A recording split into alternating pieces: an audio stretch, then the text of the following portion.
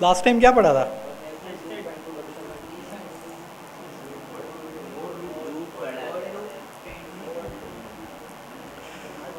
यार इस बंदे का ना कॉन्फिडेंस बहुत ज़बरदस्त है, गलत जवाब भी ना बहुत कॉन्फिडेंस से देता है। ये स्किल है अपने आप में।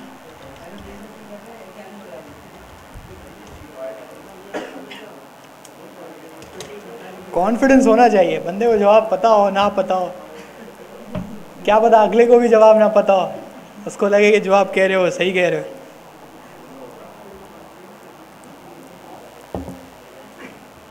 अच्छा जी, तो हम बेसिक्स पे थे अभी भी। कितने हफ्ते हो गए हमें जावास्क्रिप्ट को? 3 हफ्ते हो गए। 3 हफ्ते तक अभी भी आप बेसिक्स पे ही हो। बिल्कुल बेसिक्स, मतलब आप समझ लें एक तरह से आप प्रोग्रामिंग की बेसिक्स पढ़ रहे हैं, जावास्क्रिप्ट की बेसिक्स नहीं पढ़ रहे, ये प्रोग्रामिंग बेसिक्स हैं। सही है। जो प्रोग्रामिंग एथिक्स हैं वो सिंटैक्सेस हैं, और जो बेसिक कंपोनेंट्स हैं, टूल्स हैं जो आप यूज़ करते हो किसी भी प्रोग्रामिंग लैंग्वेज में। तो आपने सबसे पहले डेटा टाइप पढ़ा है, उसके बाद वेरिएबल पढ़ा है, फंक्शंस पढ़ा है, इफ एल्स कंडीशंस पढ़ी हैं, ऑपरेटर्स पढ़े हैं, लॉजिकल ऑपरेटर्स पढ़े हैं, कंपैरिजन ऑपरेटर्स पढ़े हैं। सही है। उसके बाद आपने ग्लोबल स्कोपिंग, लोकल स्कोपिंग पढ़ी है। सही है। High level low level language का फ़र्क पड़ा है, डायनेमिक टाइपिंग और स्टैटिक टाइपिंग का फ़र्क पड़ा है, इंटरप्रेटर और कंपाइलर लैंग्वेज का फ़र्क पड़ा है। सही है। ये सब प्रोग्रामिंग लैंग्वेजेस हैं और कुछ भी नहीं है।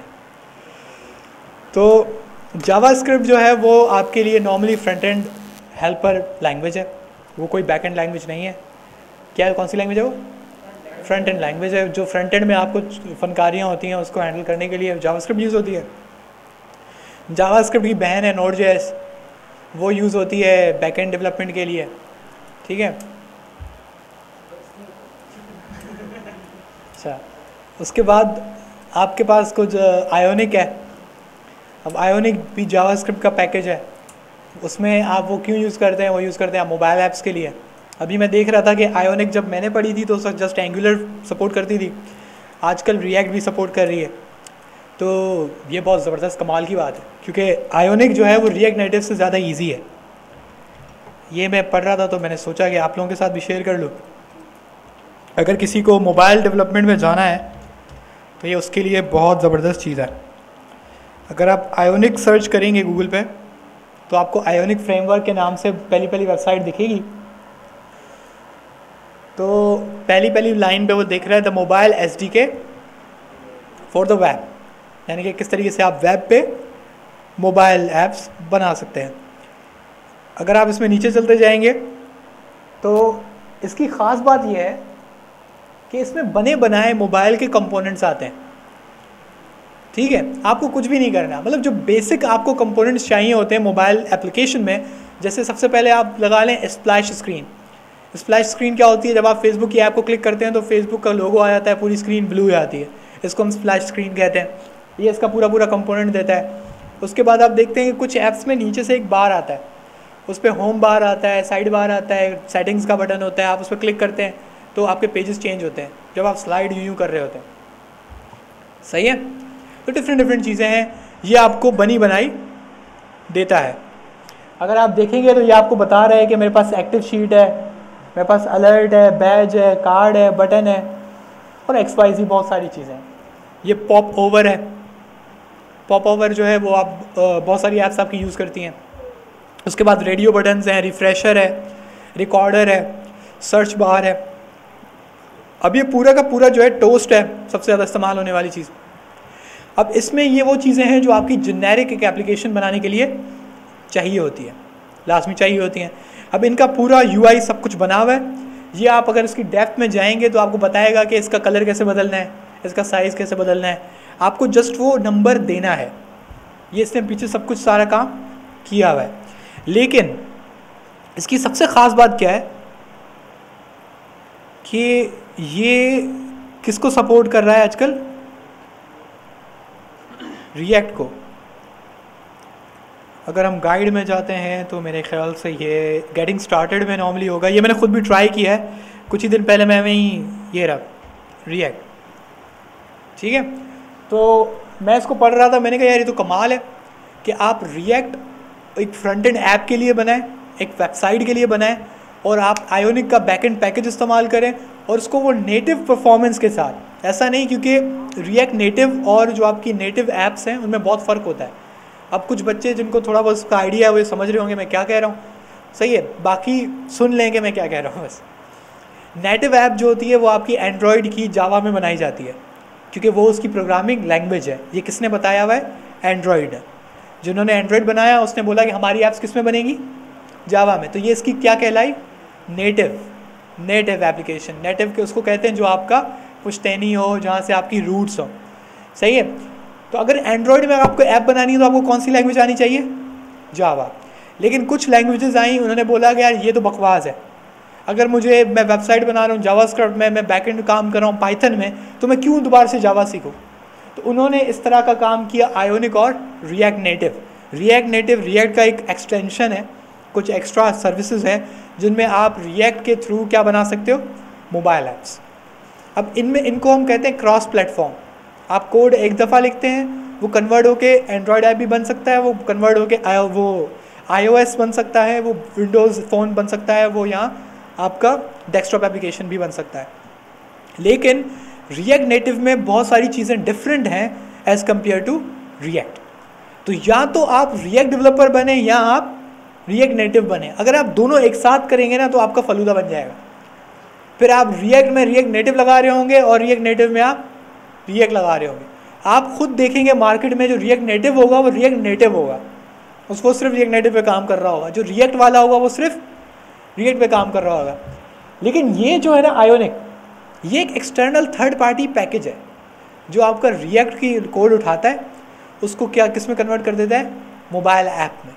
इसका पूरा ट्यूटोरियल सब कुछ आपको आराम से मिल जाएगा, और मैंने इसका कोड भी देखा है, कम्प्लीटली रिएक्ट वाला ही कोड है, एग्जैक्ट सेम कोड है, कोई चेंजेस नहीं है। लेकिन जब आप इसके वो ट्यूटोरियल को फॉलो करते हैं तो ये इवन जो आपकी स्क्रीन है उसमें 2 मोबाइल्स बना के दिखाता है। जब आप टेस्ट कर रहे होते हैं, जब हम नहीं वो टेस्ट करते हैं जावास्क्रिप्ट को npm स्टार्ट करके, रिएक्ट को, सॉरी जो आप लोग को रिएक्ट नहीं पढ़ी, हम लोग जिन्होंने थोड़ी बहुत पढ़ी हुई है उनको बता रहे होंगे, npm स्टार्ट एक कमांड होती है, अगर आप वो लगाते हैं तो आप उसमें चेक कर सकते हैं कि आप कोड क्या कर रहे हैं, आप क्या बना रहे हैं। ये वही बात है कि आप जैसे लाइव सर्वर यूज़ करते हैं, आप लाइव सर्वर चलाते हैं, वही रिएक्ट में हम npm स्टार्ट चलाते हैं। 2 मिनट थोड़ा सा फ़र्क है, सॉरी मैं भूल गया था कि आप लोगों ने रिएक्ट नहीं पढ़ी। तो यही चीज़ आयोनिक जो है वो इतना बेहतरीन दिखाता है कि वो इधर से मोबाइल बन के आता है एंड्रॉयड का, और इधर से मोबाइल बन के आता है iOS का। अब वो दिखा रहा होता है कि एंड्रॉयड में कैसा दिखेगा और iOS में कैसा दिखेगा जब आप उसको बना रहे हैं। तो ये इतना ज़बरदस्त है। उसके बाद फाइनली जब आप इसको बिल्ड करना है, क्योंकि आपको पता है कि एंड्रॉयड की जो एप्लीकेशन होती है वो APK होती है, ये बात पता है?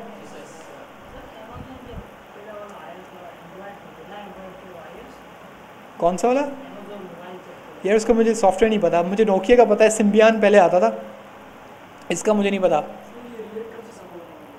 यार। ये मैंने खुद अभी रिसेंटली देखा है, ये पहले नहीं था, अभी तो मैंने इसको देखा है। ये रिएक्ट भी सपोर्ट कर रहा है, व्यू भी सपोर्ट कर रहा है, और एंगुलर तो कर ही रहा है। सही, इसको मैंने लास्ट टाइम यूज़ किया था 2020 में यूज़ किया था, तो तब तो नहीं था, ये रिसेंटली इसने स्टार्ट किया है। तो मैं खुद भी हैरान हुआ था, क्योंकि आयोनिक की जो परफॉर्मेंस है रिएक्ट नेटिव से अच्छी है। इसकी अगर आप कंपैरिजन देखेंगे तो रिएक्ट नेटिव की जो प्रोसेसर कंजप्शन है और उसकी जो स्पीड है और जो पैकेज साइज़ है वो रिएक्ट नेटिव का बहुत ज़्यादा है। उसकी जो मैं देख रहा था कि अगर इसकी 10% CPU कंजप्शन है तो रिएक्ट नेटिव की 120% है, वो प्रोसेसर बहुत ज़्यादा लेती है। तो उसके मुकाबले में आयोनिक बहुत हल्का है। तो मैं खुद हैरान हुआ था कि ये रिएक्ट, क्योंकि अब मैं रिएक्ट पे काम कर रहा हूँ, तो मैंने सोचा कि यार अगर आयोनिक पे आना है तो मुझे दोबारा क्या सीखना पड़ेगा? एंगुलर, यानी कि मुझे अपने पुराने वाले फ्रेमवर्क पे वापस जाना पड़ेगा, और उसका बिल्कुल सिस्टम अलग है, एग्जैक्टली ऑपोजिट है रिएक्ट के। तो मैं वो करना नहीं चाह रहा था, लेकिन मुझे खुशी हुई कि ये भी अब रिएक्ट सपोर्ट कर रहा है। और इवन बॉयलर प्लेट सारा बना के देता है। बॉयलर प्लेट किसे कहते हैं? कि पूरा मतलब जो स्ट्रक्चर है, फोल्डर स्ट्रक्चर है, सब कुछ ये चीज़ खुद बना के देता है, आप जस्ट कोड करना स्टार्ट कर दो। तो ये एक बहुत अच्छी इसमें एक नई एडवांसमेंट हुई है, तो मैं आपसे शेयर कर रहा हूँ, आपको भी पता होना चाहिए। किसकी? यार आयोनिक का हम देख लेंगे, क्योंकि नॉर्मली टाइम नहीं बचता है। आप यहाँ पे बच्चे जो है ना एक्सप्रेस तक पहुँचते पहुँचते हमारे 8-10 महीने जा चुके होते हैं, क्योंकि जब हम लोग एक्सप्रेस पे ये रिएक्ट जब मैं पूरी कंप्लीट करा देता हूँ ना, तो यकीन करेंगे मैं बच्चों को बोलता हूँ कि जाके प्रैक्टिस करो, तो बैठ जाते हैं, बोलते हैं पता नहीं क्या करना है। रिएक्ट नेटिव यार 4 महीने अगर आप लगाएंगे तो आपको आ जाती है, अगर आपको रिएक्ट आती है तो सही है। क्योंकि रिएक्ट नेटिव का मसला ये है कि आप बने बनाए कंपोनेंट इस्तेमाल करना तो मसला नहीं है, लेकिन वो कोई भी कंपनी आपको उसके पैसे नहीं देगी। वो आपको तब पैसे देगी जब आप रिएक्ट नेटिव के कंपोनेंट्स आप खुद बनाओ, अब वो फिर मुश्किल चीज़ है, सही है। तो वो असल में मसला रिएक्ट नेटिव का ये है। वैसे तो आप वो भी आयोनिक की तरह आप कोड उठाओ, ये करो वो करो, काम करो यार, ये डिपेंड करता है फ्रीलांस मार्केट पे। आई थिंक ये बिल्कुल नहीं है, लेकिन कुछ क्लाइंट्स आपके पास आते हैं, वो बोलते हैं भाई मुझे कुछ नहीं पता, मुझे क्या चाहिए, एप्लीकेशन चाहिए। नॉर्मली जो आपके पास जो नया फ्रीलांसर होता है ना, जो $5,000 $10,000 के अंडर जिसकी अर्निंग है, उसको हमेशा MVP के प्रोजेक्ट ज़्यादा मिलते हैं। MVP होता है कि वो प्रूफ ऑफ कॉन्सेप्ट, जिसको दिखा के वो लोग फंडिंग उठाते हैं। वो वाला जो होता है ना, वो हमेशा ऐसे ही क्लाइंट होता है और उसमें उनको कोई नहीं पड़ी होती। वो बोलते हैं भाई बस ऐप बना दे जो एंड्रॉयड पे भी चले और iOS पे भी चले। अगर आप उसको ये बात बता रहे हैं कि मैं 60% फास्टर ऐप दे रहा हूँ, CPU कंजप्शन 100% कम है, कहेंगे उससे रिएक्ट से, तो वो तो बोलेगा बहुत बेहतरीन है, लाओ। तो बहुत सारे लोग होते हैं उनको नहीं पता होता, वो लोग आप ही पे छोड़ देते हैं। तो अगर ये मेरे नज़र में बहुत ईजी है, क्योंकि ये बहुत ज़्यादा एक बॉयलर प्लेट कोड दे देती है, ऐसे कर लो, ये कर लो, वो कर लो, सही है। प्री पैकेज्ड इनके सर्विसेज होती हैं। तो आयोनिक क्योंकि बहुत पुरानी है, तो अगर आप इसको देखना चाहें तो आप देख सकते हैं। खैर, ये बातें हो रही थी ऐप बनाने के लिए। अभी आप वेबसाइट बनाने पे वापस आते हैं, और आप लोगों ने क्या पढ़ा था लास्ट टाइम? लूप्स पढ़े थे, लेकिन कौन से loops? For loop, nested loop. इसमें एक ख़ास बात क्या थी कि ये कितनी दफ़ा चलेगा, ये कितनी दफ़ा चलेगा, और ये वाला 10 दफ़ा। तो ये वाली लाइन कितनी दफ़ा प्रिंट होगी? 100 मरतबा। क्यों?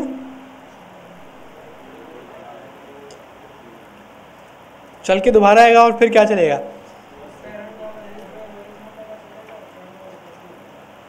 पेरेंट वाला 1 मरतबा चलेगा और चाइल्ड वाला 10 बार चलेगा। फिर पेरेंट वाला 1 दफ़ा चलेगा, फिर चाइल्ड वाला 10 बार चलेगा। इसका मतलब है कि अगर मैं एक और इधर फॉर लूप लिखूं तो पहली तो बार लिख सकता हूं, यहाँ कोई पाबंदी है? इधर मैं कर देता हूं क्या, जे के बाद क्या आता है?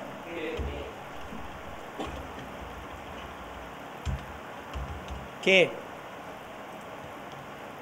ये इसका क्या है? एग्जीक्यूशन कोड है। तो मैं करता हूं कि भाई तुम इधर आओ। अब मेरे पास कितनी स्टेजेस हैं? 3। इसको हम कहते हैं कॉम्प्लेक्सिटी लेवल नंबर 3। जब आपके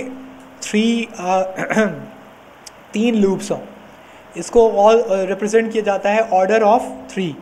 ऑर्डर ऑफ 3 भी कहा जाता है, O के ऊपर छोटा सा 3 भी लिखा जाता है, N के ऊपर छोटा सा 3 भी लिखा जाता है। डिफरेंट लेवल्स हैं। लेकिन अगर आपसे कोई पूछता है कि आपकी कॉम्प्लेक्सिटी क्या है कोड की, तो आप अपने कोड में देखोगे कि आपने लूप्स कहाँ कहाँ इस्तेमाल किए हैं, और वो लूप कोई नेस्टेड लूप चला रहे हैं। अगर वो नेस्टेड लूप चला रहे हैं, एक चाइल्ड है, तो आपकी कॉम्प्लेक्सिटी कितनी हुई? 2, 1। अगर आपका एक चाइल्ड है और उसके अंदर भी एक और चाइल्ड है, तो अब आपकी कॉम्प्लेक्सिटी कितनी हुई? 3। अब आप उसको कहोगे आपके कोड की कॉम्प्लेक्सिटी क्या है? 3। अगर कोई आपके पास बंदा आ जाता है कि जो काम तुमने किया है वो काम मैंने भी किया है, लेकिन उसकी कॉम्प्लेक्सिटी क्या है? 2, तो आपका उसको कोड देखना चाहिए कि जो काम उसने आपने 3 लूप्स में किया है उसने 2 लूप्स में कर दिया है। क्यों? क्योंकि लूप जो होता है वो सबसे ज़्यादा प्रोसेसिंग पावर और सबसे ज़्यादा टाइम खाता है। इसका मसला क्या है कि क्योंकि ये कोड को चलने से ही रोक देता है, क्योंकि लाइन नंबर 3 पे कोड जैसे ही पहुंचा ना, अब ये मेन लूप जब तक सॉल्व नहीं होता, और ये सॉल्व कब तक नहीं होगा? जब तक उसके चाइल्ड वाला ये और ये वाला लूप रिजॉल्व नहीं होता।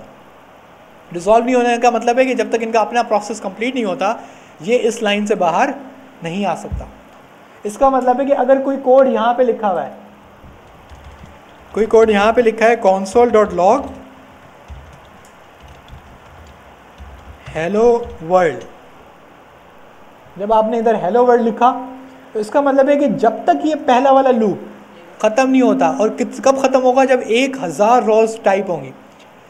जब 1000 रॉज जब तक टाइप नहीं होती, जब तक लाइन नंबर 20 नहीं चलेगा, और ये बहुत डिस्ट्रक्टिव है। ज़रा आप इसको ऐसे सोचेंगे, आपका वेब पेज आधा चल गया, आधा नहीं चला। क्यों आधा नहीं चला? क्योंकि अभी कुछ लूप्स चल रहे हैं, जब तक वो लूप सॉल्व नहीं होते वो बाकी का पेज लोड नहीं हो सकता। बात समझ रहे हैं? तो ये वाला जो चीज़ है आपको नेस्टेड लूपिंग ख्याल से देखनी पड़ती है। लूप बनाने का तरीका याद है या भूल चुके हैं आप? याद है? तो ज़रा मुझे बताएं कि ये क्या हो रहा है, इसको क्या कह रहे थे? कौन सा इंक्रीमेंट है? Post increment. पोस्ट इंक्रीमेंट का क्या मतलब होता है?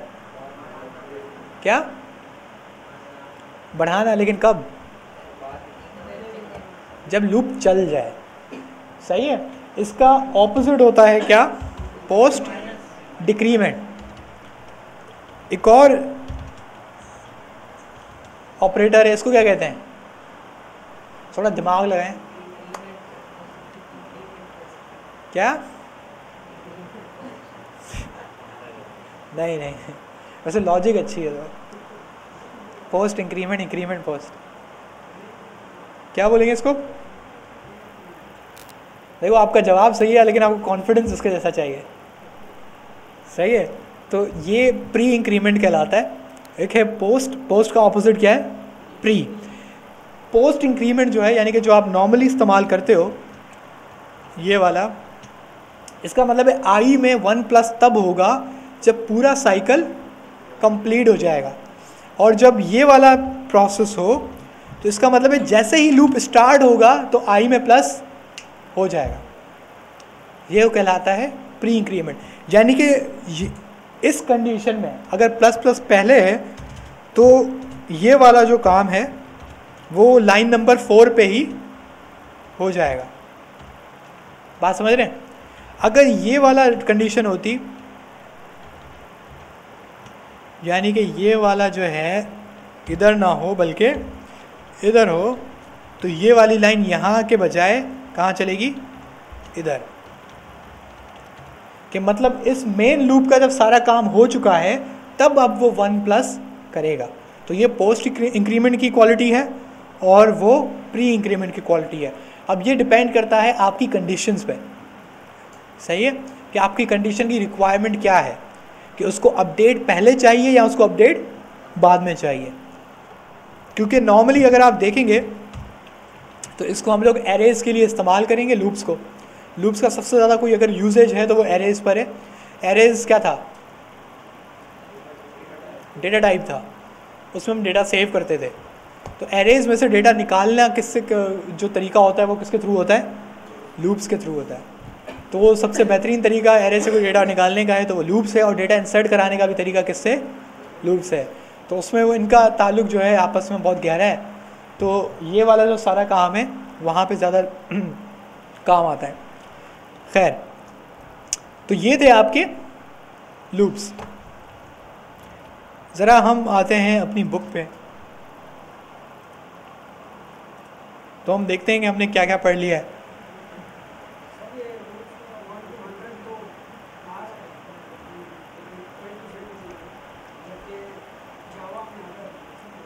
A to Z मतलब कैसे? आपको प्रिंट कराने, क्या कराने? वो आपको स्ट्रिंग आप उसको दे दें, उस स्ट्रिंग को आप कन्वर्ट कर लें एरे में।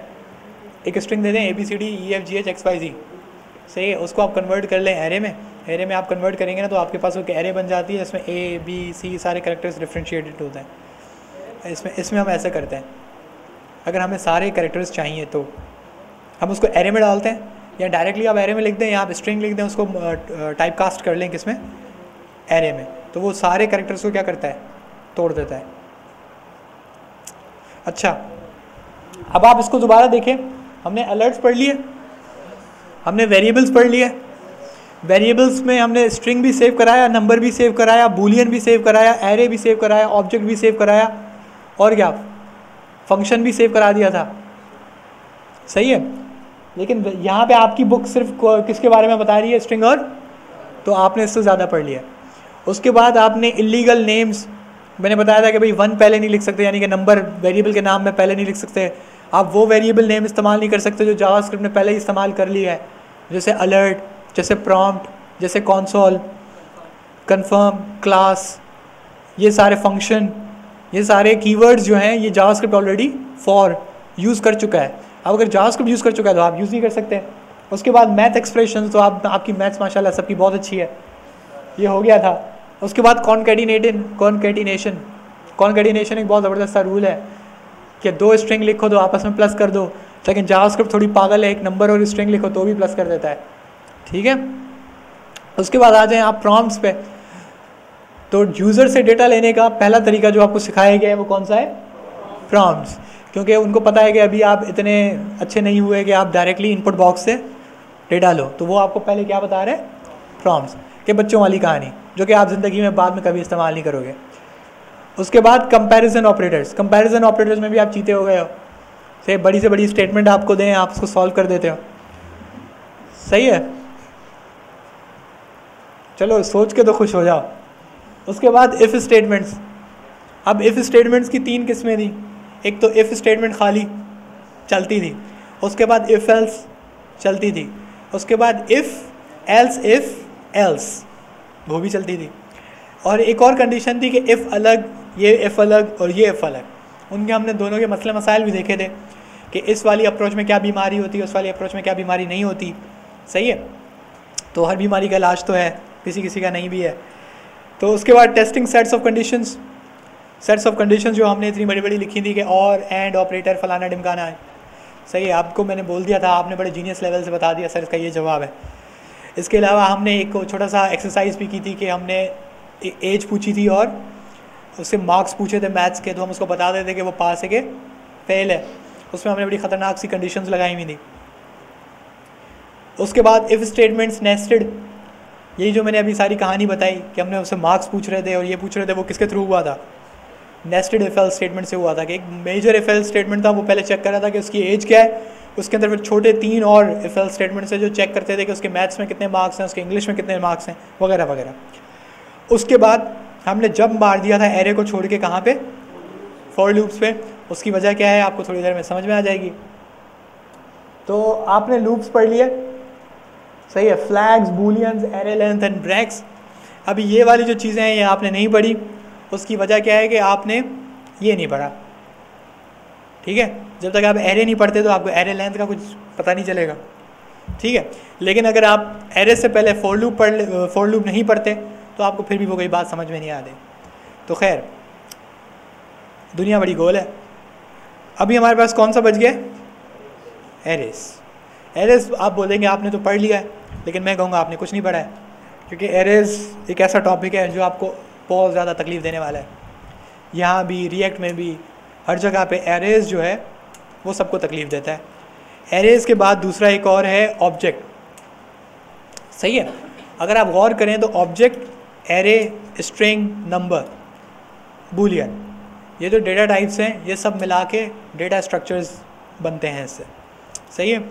आपको डिसाइड करना होता है कि आपकी जो रिक्वायरमेंट है उसके मुताबिक आपका डेटा स्ट्रक्चर कैसा बनेगा। डेटा स्ट्रक्चर सिंपल किसको कहते हैं कि आपके पास एक डेटा है, आप उसको किस तरीके से सेव कराते हो। लेकिन कहानी इतनी नहीं है। ये क्यों ज़रूरी है कि कौन सी चीज़ आपने कहाँ पे इस्तेमाल करनी है? क्यों? क्योंकि आपने जब उस डेटा को यूज़ करना है तो अब यूज़ करते हुए आपको सबसे ज़्यादा मसले मसाइल होंगे अगर आपने डेटा स्ट्रक्चर सही से नहीं बनाया था, ठीक है। तो ये एक आर्ट है कि आप एक डेटा स्ट्रक्चर कैसे बिल्ड करते हो, ताकि अगर आपको बाद में क्लाइंट कहता है कि मुझे ये वाला डेटा एडिट करना है, इसको डिलीट करना है, इसको लेकर आओ, तो आपको कितनी आसानी होगी। ये आपको कहाँ से पता लगती है? डेटा स्ट्रक्चर से। डेटा स्ट्रक्चर्स का थोड़ा जो सिस्टम है वो आपको एक्सपीरियंस से मिलता है, सही है। दूसरा है कि आप उसके अगेंस्ट में कोई ट्यूटोरियल देख लें तो आपको बहुत अच्छा बता देता है। तीसरा, आप इस क्लास में थोड़े सुकून से एरेज, ऑब्जेक्ट्स, इनको सही से पढ़ लें, ठीक है। तो आपको हर जगह से नॉलेज तो मिलेगी, सही है। यहाँ तो आपको कुट लगा के सिखाया जाएगा, यहाँ आप इज्जत से सीखोगे, वो आपके ऊपर है। जब आप इंटर्नशिप को करने जाओगे फिर तो सीधी सीधी गालियाँ पड़ेंगी कि आपको ये नहीं पता कि एक डेटा स्ट्रक्चर कैसे बनता है, सही है। फिर वो आगे से हंसते भी हैं, सही कि यार तुम्हें ये नहीं पता, तुम्हें वो नहीं पता। हालांकि अगर आप एक इंटर्नी भी लेवल पे आए हुए हो तो उससे क्या होता है कि उससे जो टीचर है उसको भी अच्छी अच्छी अल्फाज से याद किया जाता है, यार तुम्हें पता नहीं किसने पढ़ा दिया है। सही है। तो खैर ये आपके ऊपर होता है और ये नॉर्मल इंडस्ट्री में होता है, ऐसे कोई बुरा मानने वाली बात नहीं है। बस दिमाग में आपने ये रखना है कि ये पागल है अगला बंदा, सही है, लेकिन उसके पास नॉलेज है। सही है। तो जोक है, चुप करके सुन लो और मुस्कुरा दो उसके साथ, बोले बहुत अच्छा जोक मारा है, बेहतरीन हो गया। लेकिन उससे पूछो कि भाई आप देखो वो कैसे किस तरीके से काम कर रहा है, क्योंकि मैंने आपको बताया था कि सॉफ्टवेयर की दुनिया में हर 6 महीने के बाद आपकी सैलरी में कोई ना कोई चेंज आना चाहिए। अगर आपके 6 महीने के बाद सैलरी में चेंज नहीं आ रहा तो या तो आप वो कंपनी छोड़ दें या आप ये काम छोड़ दें। सही है। तो भाई ये सच्चाई है। तो थोड़ा सा इसको आप देख लें। अब हम चलते हैं एरेज पे। खैर एरेज का इंट्रोडक्शन आपके पास वैसे नॉर्मली है, लेकिन इसको थोड़ा हम और इंटरेस्टिंग बनाते हैं। उसके लिए आपको पता है हम क्या करते हैं। सबसे पहले index.js पे जाते हैं। index.js में हम कमेंट बनाते हैं। कमेंट में हम पता नहीं क्यों इक्वल टू बनाते हैं। हाँ, तो हमने लिखा एरेज। एरेज का सिंटैक्स कुछ ऐसे है, var न्यू एरे। ये क्या है? ये क्या चीज़ है? वेरिएबल है। डर क्यों रहे हो? वेरिएबल है। सही है जी। तो आपने एक अदद वेरिएबल बनाया और उसके अंदर क्या सेव कर दिया आपने? वेरिएबल, एरे सेव कर ली। आप इंस्पेक्ट पे आए, कंसोल पे आए। आपको पता है हम कंसोल पे नॉर्मली जावास्क्रिप्ट को टेस्ट कर रहे होते हैं। आपने यही कोड दोबारा लिखा, var न्यू एरे। ये बेसिकली क्या है चीज़ है? ये एरे का सिंटैक्स है। ठीक है। बेसिकली एरे खुद ये है, ये तो उसको जस्ट वो हम वेरिएबल में सेव करा रहे हैं। हमने उसको एंटर मारा। अगर आप लिखेंगे टाइप ऑफ न्यू एरे तो नीचे क्या बता रहे हैं? क्यों पागल हो गया क्या? अच्छा एक और हम करते हैं। अभी क्या बता रहे हो? तो एरे को क्या बोल रहा है बेसिकली? ऑब्जेक्ट। ये इस वजह से है कि क्योंकि जावास्क्रिप्ट जो है इसको ट्रीट इस तरीके से करता है। सही है। क्योंकि आपका जो ऑब्जेक्ट होता है अगर आप गौर करेंगे तो वो भी एक तरह का एरे ही है। सही है। उसकी जो कीज़ होती हैं वो आप खुद सेट करते हो और जो आपकी एरे है उसकी कीज़ ऑटोमेटिकली सेट होती हैं 0 1 2 3 4 5 6। बाकी एग्जैक्ट सेम है दोनों। इवन दोनों को कॉल कराने का भी वो तरीका सेम है, रीड करने का तरीका एग्जैक्ट सेम है। जावास्क्रिप्ट में ऑब्जेक्ट से डेटा उठाने का तरीका थोड़ा मुख्तलिफ है एज़ कम्पेयर टू एरे, लेकिन अब उन्होंने वो पाइथन वाला काम कर लिया है कि दोनों सेम कर दो। अगर आप ऑब्जेक्ट से डेटा उठा रहे हो एरे की तरह तो अब आपको उठा के दे देता है। पहले नहीं करता था, पहले थोड़ा तरीका अलग होता था, उसको हम थोड़ी देर में देख लेते हैं। आप सबने देखा ये क्या चीज़ है? एरे। अब एरे जो है वो एक तरह की रेफरेंस डेटा टाइप है, वो बेसिक डेटा टाइप नहीं है। क्यों उसको बेसिक डेटा टाइप हम नहीं कहते, इसको हमने बहुत डिटेल से डिस्कस किया था, लेकिन हम शॉर्ट में एक बात बता देता हूँ कि ये एक ऐसी डेटा टाइप है जो दूसरी डेटा टाइप्स को क्या करती है? सेव करती है। सही है। आपकी बुक में एक सिंपल एक एग्जाम्पल दी हुई है। अगर आप यहाँ पे जाएंगे ऊपर, जो कि आप रोज़ बुक खोल के चेक करते हैं मुझे पता है, तो आपने लाजमी सी बात है ये वाला पेज तो देखा ही होगा। तो देखिए वो क्या कर रहा है, उसने कितने वेरिएबल्स बनाए? 6 वेरिएबल्स हैं। सही है। तो हमारे पास 6 वेरिएबल हैं और 6 वेरिएबल में कुछ सिटीज़ के नाम हैं। सही है। तो उसको 6 वेरिएबल्स बनाने पड़े 6 सिटीज़ के नाम को सेव करने के लिए। अब उसके पास एक और तरीका था, कौन सा? कि वो 6 के 6 सिटीज़ को किसके अंदर रख देता? एरेज के अंदर। और उसने सिर्फ कितने वेरिएबल इस्तेमाल किए? एक इस्तेमाल किया। उसने 6 चीज़ों का डेटा एक ही एरे के अंदर रख दिया और उसको एक ही वेरिएबल के अंदर सेव कर लिया। तो आपने बेसिकली क्या क्या फ़ायदा किया, आपने अपने वेरिएबल्स बचा लिए और आपका कोड भी क्या हो गया, शॉर्ट हो गया। सही है। तो ये बेसिकली आपका फ़ायदा है एरेज का, बिल्कुल सिंपल यही फ़ायदा है कि आप मल्टीपल डेटा को आप एक एरे में सेव कर सकते हैं। अब इसकी property as it is same है एज वेरिएबल। जैसे वेरिएबल में एक बूलियन सेव हो सकता है, वेरिएबल में स्ट्रिंग सेव हो सकता है, वेरिएबल में नंबर सेव हो सकता है, इसी तरीके से एरे भी सब कुछ सेव कर सकती है। इसको हम ज़रा इसका अमली मुजाहरा देख लेते हैं कि हमने एक न्यू एरे बनाई थी। हम इसको बराबर करते हैं और इसमें यही सारा डेटा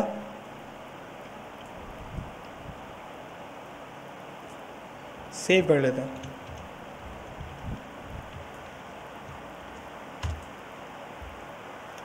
सही है। अब मैं इस वेरिएबल को दोबारा कॉल कराता हूँ। अब मैं डेटा चेक कर रहा हूँ किस वेरिएबल का, सिर्फ एक वेरिएबल का, उसका नाम क्या है, न्यू एरे। लेकिन जब मैं एंटर करता हूँ तो उसके पास कितने डेटा पॉइंट्स हैं, 6 डिफरेंट सिटीज़ के उसके पास नाम है, Atlanta, Baltimore, Chicago, Denver, Los Angeles और सिएटल। अब इसके पास आपको रीड करने का तरीका शायद हमने बताया था। अब न्यू एरे इसको रीड करना है, मतलब मुझे एक सिटी का नाम चाहिए, क्योंकि वेरिएबल में तो यही होता है। तो उसका एक सिंपल तरीका था, हम क्या लगाते थे, स्क्वायर ब्रैकेट, और उसकी हम इंडेक्स देते थे। क्या देते थे, इंडेक्स। इंडेक्स शुरू होता है 0 से और जाता है आखिरी वैल्यू तक। जैसे कि 0, तो 0 पे कौन सा क्या चीज़ सेव हुई है, अटलांटा। उसके बाद 1 कौन है,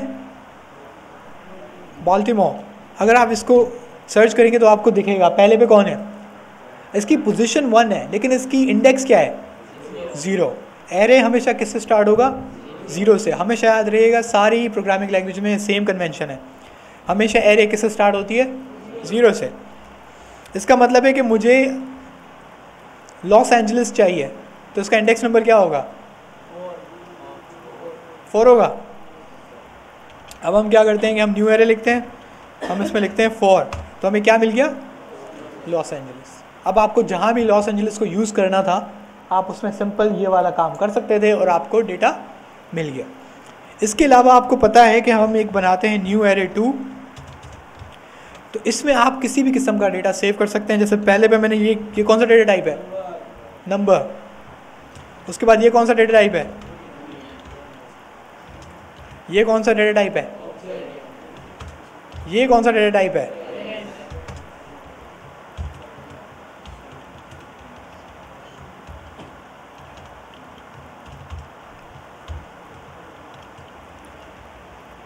सही है। इसके बाद फाइनली ये कौन सा डेटा टाइप है, स्ट्रिंग।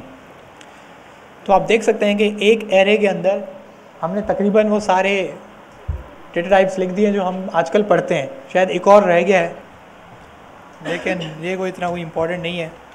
ये कौन सा है, फ्लोट वैल्यू है। अब जब हम इस एरे पे देखते हैं तो आप देख रहे हैं कि इसने हर इंडेक्स पे अपना अलग डेटा टाइप रखी हुई है और बिल्कुल वैसे ही रखी हुई है जैसा आपने उसको सप्लाई किया है। क्योंकि अगेन जैसा मैंने कहा कि जिस तरीके से आपका वेरिएबल होता है ये भी एग्जैक्टली वैसा ही है, बस आप एक जगह पे सारे डेटा को साथ रख सकते हैं। और दूसरा एरे की क्वालिटी है, ये एक्सपेंडेबल है। आप इसमें जितना डेटा ऐड करते जाएंगे ये और इंक्रीज होता जाएगा। एक चीज़ इसमें यूनिक है, आपने नोट किया कि ये एक एरे है और ये किस में सेव हुआ हुआ है, न्यू एरे 2। इसके इंडेक्स नंबर 3 पे क्या है, इंडेक्स नंबर 3 पे क्या है, एरे है। मतलब ये एरे के अंदर एरे है, तो ये इसको क्या कहेंगे, नेस्टेड एरे। सिंपल। तो नेस्टिंग तकरीबन हर जगह पे, आपके पास इफ़ में भी थी, आपके पास फोर में भी थी, आपके पास एरे में भी है और उसके बाद आपके पास ऑब्जेक्ट में भी है। सही है। तो सिंपली अगर हम इसको ऐसे करें 1 2 3, 4 5 6।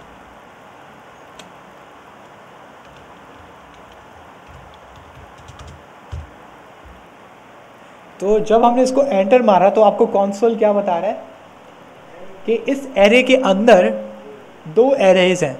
इंडेक्स नंबर 0 पे एक एरे है जिसमें कितने आइटम्स हैं? 3। और दूसरे में भी एक एरे है और इसके कितने आइटम्स हैं? 3। और इसका ये डेटा यहाँ पे अवेलेबल है। इसका मतलब है कि अब एक सवाल ये है कि मुझे ये वैल्यू चाहिए 6। अब ये मैं कैसे निकालूंगा? मैं पहले इसका जो मेन एरे है उसका नाम लिखूंगा, उसके बाद 1 लिखेंगे तो क्या होगा?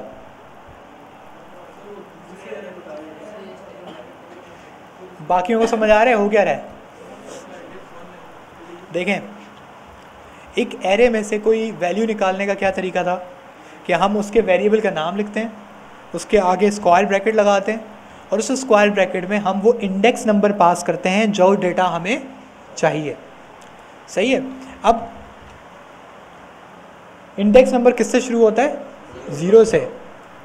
तो इसका इंडेक्स नंबर क्या है? 0। और इसका इंडेक्स नंबर क्या है? 1। ये आपको यहाँ पे बता भी रहा है। मैं बोल रहा हूँ कि भाई ये मेन एरे के अंदर एक छोटा एरे है, इसके अंदर एक नंबर है 6, ये मुझे निकाल के लाना है। अब मुझे अगर इस तक पहुँचना है, इधर तक मुझे पहुँचना है, तो सबसे पहले तो मुझे ये एरे निकालना पड़ेगा। बात समझ रहे ना? और ये कौन से इंडेक्स पर है? 1 पे है ये। तो 1 पर है तो हमने 1 दे दिया तो हमें वो छोटा वाला एरे मिल गया। लेकिन मुझे एरे नहीं चाहिए था, मुझे क्या चाहिए था? 6। तो ये 6 किस नंबर पे है? तो जब मैं यहाँ पे लिखूंगा 2, ये तो अनडिफाइंड हुआ। इसका मतलब है कि पहले मैं इसको पास करूंगा 1, तो मुझे ये छोटा वाला एरे मिला। मैं इसको दोबारा से ये ब्रैकेट लगाऊंगा कि इस एरे के अंदर एक और एरे है, उसका इंडेक्स नंबर कौन सा? 2। अब मुझे क्या मिल गया? 6। ये क्या चीज़ है? Nested array. कि एक नेस्टेड एरे में से मैं डेटा निकाल के दे रहा हूँ। क्या?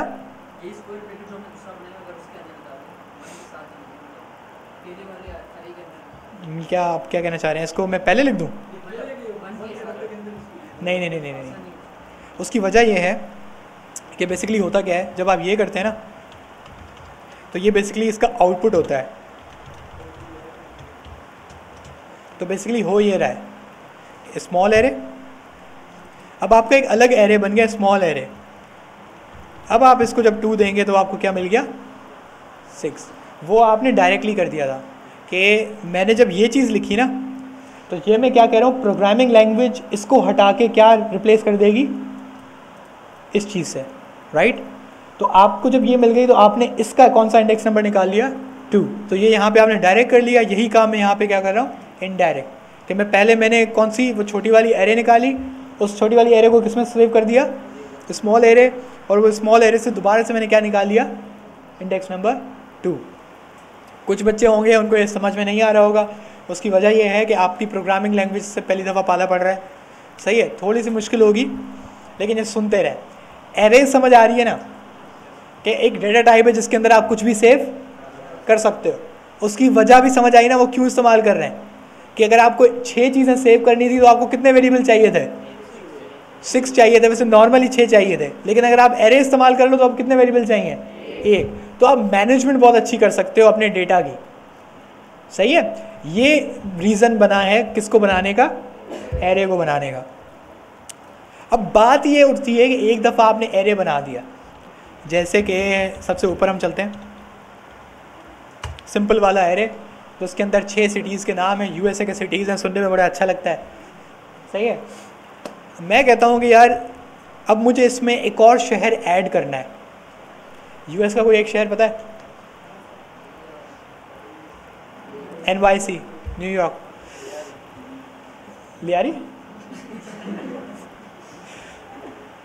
तो इसमें हम एक, मैं कह रहा हूँ मुझे अब इसमें एक सिटी ऐड कराना है। अब आपको बात समझ आ रही है? अब एक तो मेरे पास तरीका क्या है कि मैं ये सारा का सारा कॉपी करूं, ठीक है, ये सारा का सारा मैंने कॉपी किया और इसके आखिरी में मैं गया और इसके आखिरी में मैंने लगा दिया क्या, NYC, यानी कि न्यूयॉर्क सिटी। अब NYC मैंने लगाया, अब मुझे इसको एक वेरिएबल में भी सेव करना पड़ेगा, तो मैंने न्यू एरे के अंदर ही सेव कर दिया, सेम वेरिएबल के अंदर। अब जब मैं न्यू एरे खोलूँगा तो मुझे इसमें 6 के बजाय कितने शहर नज़र आएंगे, 7 नज़र आएंगे। काम हो गया, शहर ऐड हो गया। लेकिन ये तो फजूल तरीका है, सही है, ये तो प्रोग्रामिंग का तरीका तो है ही नहीं। क्यों? क्योंकि प्रोग्रामिंग खुद ब खुद वर्कआउट करती है, सही है। आप थोड़ी होंगे कॉपी पेस्ट करने के लिए, प्रोग्रामिंग तो लाइन बाय लाइन खुद चल जाती है ना। यहाँ उसको बोलेंगे नहीं छः लाइन पे रोकना, मैंने इसको कॉपी करके नया सिटी ऐड करना है, फिर उसके बाद आगे चल पड़ो, ऐसा थोड़ी होता है। तो कोई ना कोई तरीका होगा कि प्रोग्रामिंग लैंग्वेज खुद से ये नया सिटी ऐड करेगी। बात समझ आ रही है? तो हम इसको दोबारा से अपनी ओरिजिनल कंडीशन पे वापस ले जाते हैं और इसके अंदर दोबारा अब कितने शहर हैं, 6। अब हमारा टारगेट क्या है, इसमें NYC ऐड करना है, लेकिन हम नहीं करेंगे, कौन करेगा, प्रोग्रामिंग लैंग्वेज खुद। अब उसका क्या तरीका है, जब आप ये एरे का वेरिएबल लिखते हैं तो आपको पता है इसके अंदर क्या है, वेरिएबल। अब इसके साथ जावास्क्रिप्ट ने आपको कुछ फंक्शंस देता है, कुछ बने बनाए फंक्शंस देता है। अब वो बने बनाए फंक्शंस क्या है, अभी आपको ये भी पता लगेगा इसको ऑब्जेक्ट वो क्यों कह रहा था, सही है। अब आप न्यू एरे के आगे लगाते हैं क्या, डॉट, और डॉट के बाद आप एक लफ्ज़ लिखते हैं, कौन सा, पुश। ये एक फंक्शन है जो आपको कौन दे रहा है, जावास्क्रिप्ट। अब आपको फंक्शन की प्रॉपर्टी पता है कि जब फंक्शन हमें चलाना होता है तो उसके आगे क्या लगाते हैं, पैरेंथेसिस। आपने उसी तरीके से पैरेंथेसिस लगाया, यानी कि आप ये पुश का फंक्शन किस पे चला रहे हो, न्यू एरे पे। आपको पता है हम आर्ग्यूमेंट पास कर सकते हैं। अब वो आर्ग्यूमेंट में क्या मांग रहा है, आइटम्स। वो आपसे पूछ रहा है कि मैं क्या ऐड कराऊँ, तो मुझे उसको बोलना है कि भाई ऐड करा दो क्या, NYC। मैंने मार दिया एंटर, नीचे उसने क्या बोला, 7। ये अब आपको बता रहा है कि 6 सिटी नेम से बढ़ के क्या हो चुके हैं, लेकिन हमें इस पर भरोसा नहीं है तो हम इसको दोबारा से चेक करेंगे। और लास्ट में हमें क्या दिख रहा है, NYC। इसका मतलब है कि एरे में ऐड कराने का क्या तरीका है, पुश।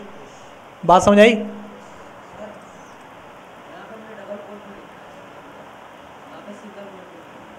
कहाँ पे, सही है। बेसिकली मैं जब एक दफ़ा मैंने बताया था कि आपके स्ट्रिंग बनाने के बहुत सारे तरीके हैं। एक स्ट्रिंग बनाने का तरीका ये है, एक ये है, एक ये है, सही है। ये तीनों सेम चीज़ें हैं, ये तीनों कौन सा डेटा टाइप बनाती हैं, स्ट्रिंग। लेकिन मसला कहाँ होता है कि जैसे कि आपने काम करना है, he said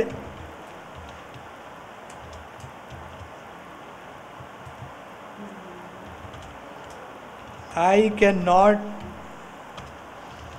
understand anything। किसी को पता है किस तरह का सेंटेंस है, इंग्लिश लैंग्वेज ग्रामर, उसमें इस तरह के सेंटेंसेस होते थे, नरेशन होता था। कौन सी नरेशन है ये, डायरेक्ट है इनडायरेक्ट है, इनडायरेक्ट है, अच्छा खैर। देखें अब इस सेंटेंस की आप खासियत देखें, ये एक स्ट्रिंग है लेकिन इस स्ट्रिंग के अंदर एक कोट है। कोट हम इस चीज़ को कहते हैं इंग्लिश में कि अगर किसी ने कोई बात कही हो तो हम पर लाजिम है कि उसको किस में लिखें, हम कोटेशन मार्क्स के अंदर लिखें। ये बात बताता है कि ये किसी की सेइंग है, किसी ने कुछ कहा है, सही है। अब प्रॉब्लम ये है कि आप अगर ये वाले कोटेशन मार्क्स अगर आप बाहर लगाओगे तो आपको वो एक एरर देगा। आप देख रहे हैं कि उसका कलर ब्लैक हो गया है और आपको पता है ब्लैक कलर जो है वो वेरिएबल को बताता है। इसका मतलब है कि उसको लग रहा है कि स्ट्रिंग यहाँ से शुरू हुआ था और यहाँ पे ख़त्म हो चुका है, सही है, और इसके बीच में कुछ भी नहीं है। ये पूरा उसको लग रहा है वेरिएबल है और ये दोबारा से एक एम्प्टी स्ट्रिंग दोबारा आ गया। अब ये मसला है, अब मुझे ये भी दिखाना है कि स्ट्रिंग के अंदर कोटेशन है। तो अब इसका हल क्या होता है, इसी वजह से आपको मल्टीपल वेज दिए गए हैं स्ट्रिंग बनाने के लिए।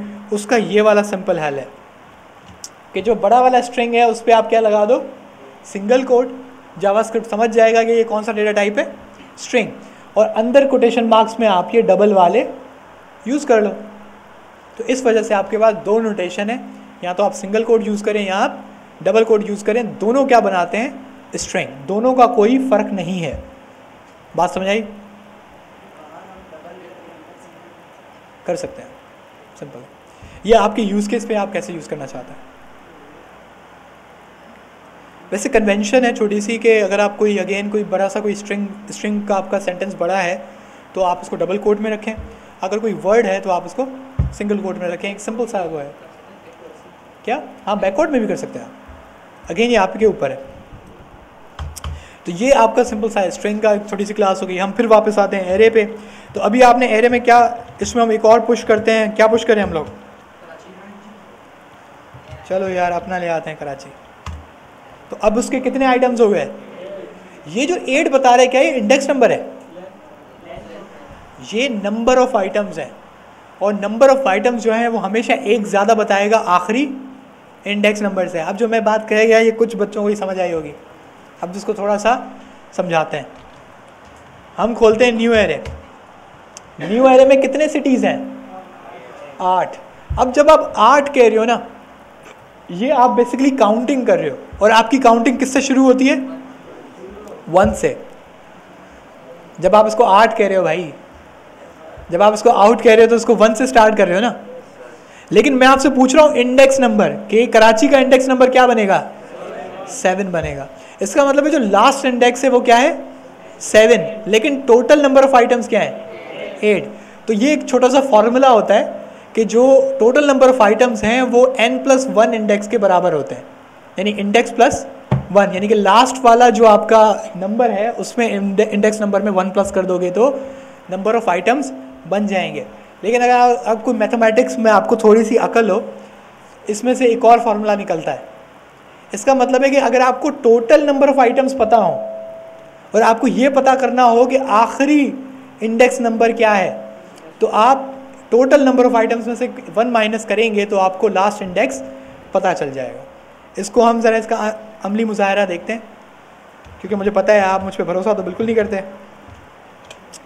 अब देखें, एक तरीका है कि न्यू एरे में आप 7 डालें तो मेरे पास क्या आता है, कराची। लेकिन एक एरे की क्वालिटी है कि मैंने बोला है कि ये क्या होती है, एक्सपैंड होती है। अब आपको कोड में नहीं पता कि भाई कोड में कितनी कितनी लाइनों में कितना कितना पुश हुआ, सही है। हो सकता है कि कोई लूप्स चल रहे हों, अब आपको कुछ नहीं पता कि कितने लूप्स चले, क्या हुआ, सही, आपको कोई आइडिया नहीं है। अब आपको जब ये नहीं पता कि इसके अंदर कितना डेटा है, तो आप ये नहीं पता कर सकते कि इसके लास्ट इंडेक्स का नंबर क्या है। बात समझ आई, कोई मसला है इस पर? तो अब मुझे कैसा पता लगेगा कि इसका आखिरी इंडेक्स नंबर क्या है, क्योंकि पहला इंडेक्स नंबर हमेशा क्या होगा, 0। पहले वाला हमें पता है, लास्ट वाले का मसला है, क्योंकि लास्ट वाले का मुझे नहीं पता कि क्या इसमें 3-4 और मैंने एडिशन की थी या नहीं। तो इसके पास एक और फंक्शन है, सही है, डॉट। वैसे ये फंक्शन है, ये क्या चीज़ है, डॉट लेंथ फंक्शन है या नहीं, ये मेथड है।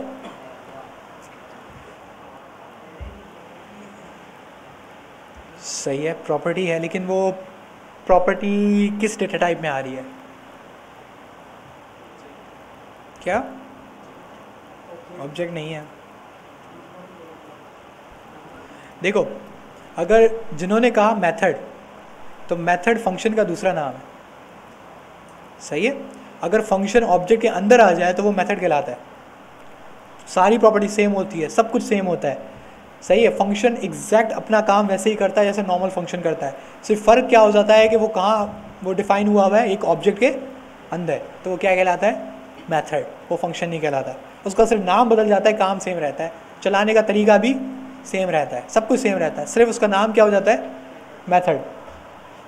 ये सिंपल एक वेरिएबल है, या किसी ने कहा प्रॉपर्टी, सही है। एक ऑब्जेक्ट की क्या है, प्रॉपर्टी, या सिंपल क्या है, वेरिएबल।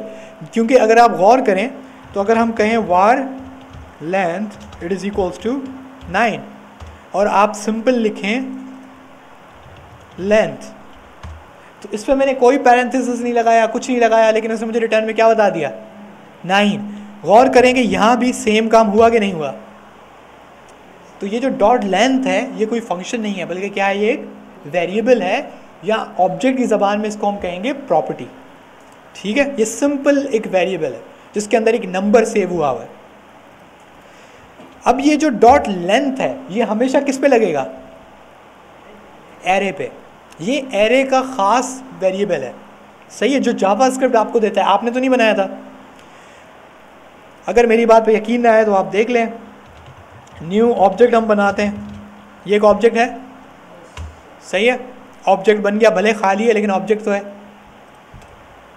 तो न्यू ऑब्जेक्ट जो है मेरा, इस पर मैं लगाता हूँ डॉट लेंथ, तो मुझे क्या दे रहा है, अनडिफाइंड, यानी कि ये वेरिएबल ऑब्जेक्ट में होता ही नहीं। तो ये बेसिकली किसका ऑब्जेक्ट है, एरे का, सही है। और ये चीज़ आपको क्या बताता है, नंबर ऑफ आइटम्स, कि इस एरे के अंदर कितने आइटम सेव हुए हुए हैं। बात समझ आ रही है।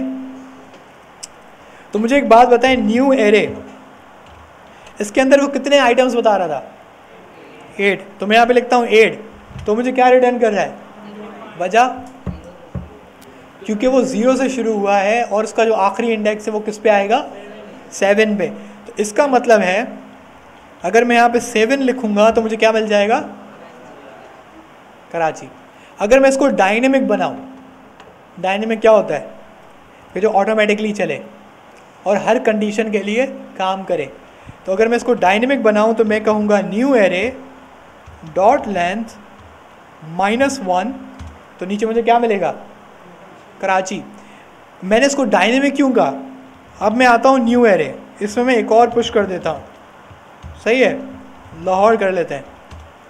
तो अब इसका इंडेक्स, वो टोटल आइटम्स कितने हो गए, टोटल आइटम्स या लेंथ। अब आप इसको टेक्निकल लफ्ज़ इस्तेमाल करें कि ये इसका क्या है, लेंथ। कुछ बच्चे अगर किसी को याद रखने में मसला हो रहा है तो वो इसको क्या बोल सकते हैं, टोटल आइटम्स। तो अब इस एरे में कितने आइटम्स हैं, 9। लेकिन मैं वहाँ पे 9 नहीं लिखूँगा, जो मैंने कोड लिखा था इसको मैं दोबारा एंटर मारूंगा तो अब वो मुझे क्या बता रहा है कि लास्ट वैल्यू क्या है, लाहौर, यानी कि लास्ट वैल्यू इसको ऑटोमेटिकली मिल गई। तो ये बेसिकली कोड क्या कहलाया, डायनेमिक। ये अपनी वैल्यूज़ खुद बनाता है और ख़ुद रिज़ल्ट दे देता है। ये बात समझ आ रही है। इसको ज़रा गौर से देखें, इस पर कोई मसला है तो मुझसे पूछ ले, क्योंकि ये आगे यूज़ होगा। एक बार फिर से बताएं।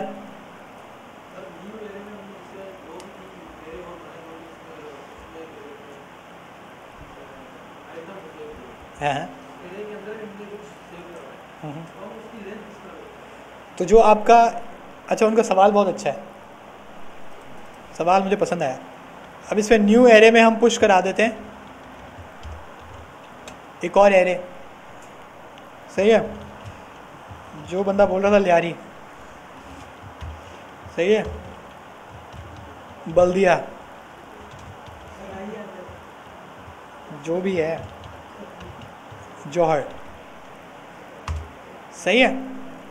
लेकिन वो लेंथ कितनी बता रहा है, 10। हालांकि मैंने कितने आइटम्स ऐड किए हैं, 3। उसकी वजह क्या है कि मैंने 3 आइटम्स ऐड नहीं किया, बल्कि मैंने क्या ऐड कर दिया है, एक एरे ऐड किया है नया, और उस एरे के अंदर 3 आइटम्स थे। तो उसने उस पूरी एरे को क्या काउंट किया, सिर्फ एक आइटम। क्योंकि अगर आप इसको गौर से देखेंगे इसकी एरे को, तो ये आखिरी वाला जो उसका एलिमेंट है उसको क्या शो कर रहा है, एरे 3। जब वो एक मेन एरे के जो नंबर्स गिन रहा होता है ना, उसको नहीं पता उसके आइटम में क्या पड़ा हुआ है, वो बस देखता है यहाँ कुछ ना कुछ पड़ा हुआ है। अब वहाँ पे फंक्शन है, वहाँ पे कोई वेरिएबल है, वहाँ पे स्ट्रिंग है, नंबर है, XYZ कुछ भी है, जब उसकी सिर्फ वो क्या करता है, काउंटिंग करता है। तो उनका सवाल यही था कि भाई बज़ाहिर अगर हम इसको एक्सपेंड करेंगे, इसको ऐसे एक्सपेंड करेंगे तो ये टोटल कितने बन जाते हैं, 9 ये और 3 ये, 10, यानी कि टोटल ये 10 है। ये 0 से लेकर 9 तक बेसिकली 10 हैं और 3 ये, तो टोटल 13 आइटम्स हैं। लेकिन हमें ये लेंथ में क्या शो कर रहा है, 10। ठीक है, ये बात समझ आ रही है? सही है। तो एक बच्चे का सवाल था, बल्कि सवाल नहीं रिक्वेस्ट थी, क्या एरे को? नहीं, वो डेटा टाइप नहीं है, फंक्शन में रैप करके कर सकते हैं। न्यू एरे में हमने चलाया तो लास्ट उसने आइटम क्या दिया, एक एरे दिया, क्योंकि ये वाला जो मेरा छोटा सा एक प्रोग्राम है ये क्या करता है कि आखिरी वैल्यू निकाल के ले आता है। तो ये आखिरी वैल्यू जो मेरी आई इसमें आपका एक एरे था, तो उसने एक एरे रिटर्न कर दिया। बात समझ आ रही है? इस एरे में से बहुत सिंपल है, ये लो, ये जो पूरी लाइन है ना, ये इसका सिर्फ काम क्या था, वो आखिरी आइटम लेकर आना। उसके बाद अगेन क्योंकि उसके अंदर एरे ही उसको मिला, तो आप आगे किस तरीके से काम करोगे, जैसे आप एरे के साथ करते हो, क्योंकि आपने एक नई एरे, क्योंकि आपको चलना होता है top to bottom, left to right. अगर आप इस रूल को सही से समझ जाओगे ना, तो आपको ये प्रोग्रामिंग बहुत ईजी लगेगी। आपका जो सोल्यूशन है वो हमेशा टॉप टू बॉटम आता है और लेफ़्ट टू राइट आता है। तो प्रोग्रामिंग लैंग्वेज बेसिकली इसको सॉल्व करती हुई आती है। उसने पहले ये लाइन सॉल्व करी और इस लाइन की बजाय उसने क्या रिप्लेस कर दिया, आपकी एरे जिसमें लियारी, बल्दिया और जौहर था। उसमें फिर देखा कि भाई मैं क्या मांग रहा हूँ, इंडेक्स नंबर 0, तो उसने इस एरे का इंडेक्स नंबर 0 निकाल के आपको रिटर्न कर दिया। थोड़ा कन्फ्यूजिंग है, लेकिन मैं खुद इसको बहुत ज़्यादा डिटेल में जाके बता रहा हूँ। नॉर्मली स्टार्टिंग में एरे की इतनी डिटेल कोई नहीं बताता, सही है। आपको सिर्फ बता देंगे बेटा पुश कर दो, पुश हो जाएगा, पॉप कर दो, उसके बाद उसमें और स्प्लाइस कर दो, सही है। आपने शायद सुना भी होगा, यही चीज़ें होती हैं और कुछ भी नहीं होता। तो इसके बाद फॉर ईच पढ़ा देंगे, उसके बाद फ़िल्टर पढ़ा देंगे, उसके बाद मैप पढ़ा देंगे, सही, जो एडवांस्ड एरे मेथड्स में आता है। तो ये सारी चीज़ें आपको पढ़ा के आपको मूव ऑन कर दिया जाता है, लेकिन ये बेसिक्स आपको पता होनी चाहिए कि कौन सी चीज़ कैसे वर्कआउट कर रही है। क्योंकि जब आप एक नेस्टेड एरे में लूप चला रहे होगे तो, और आपको ये ना पता हो कि एक एरे से डेटा कैसे निकाला जाता है, तो आपके अच्छे खासे पंक्चर लग जाएंगे, सही है। तो इसका थोड़ा ध्यान रखें। पहली चीज़ आपको ये पता होनी चाहिए कि एक एरे है, इसमें से डेटा निकालना कैसा है। नंबर 1, कैसे डेटा निकालना है, उसके आगे क्या लगा देना है, स्क्वायर ब्रैकेट। ये क्यों? क्योंकि स्क्वायर ब्रैकेट किसकी निशानी है, एरे की।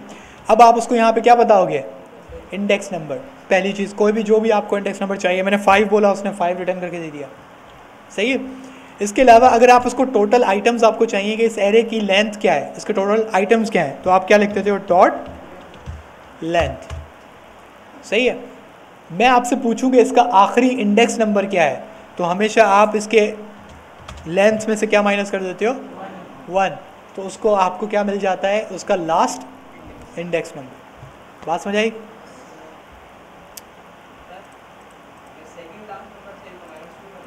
हाँ, सही है, ये बात समझ आई। अगर सेकंड चाहिए हो तो, सेकंड वैल्यू चाहिए हो तो क्या करेंगे,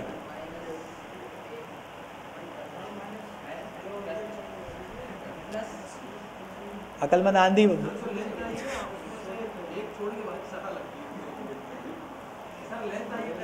हाँ, -9 कर देंगे,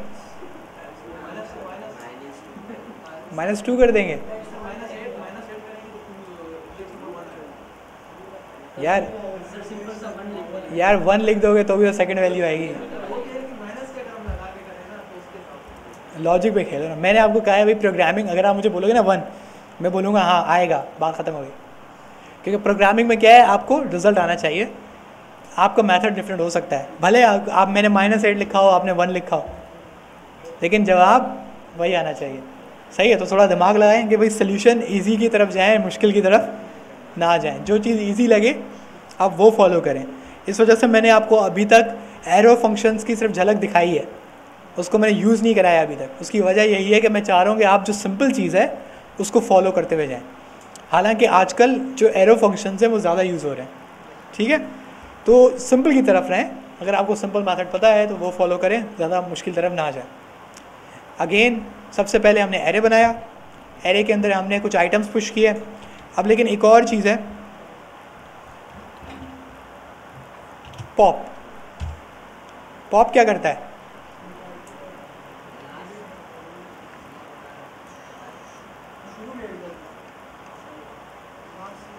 शुरू में ऐड करता है, क्या करता है?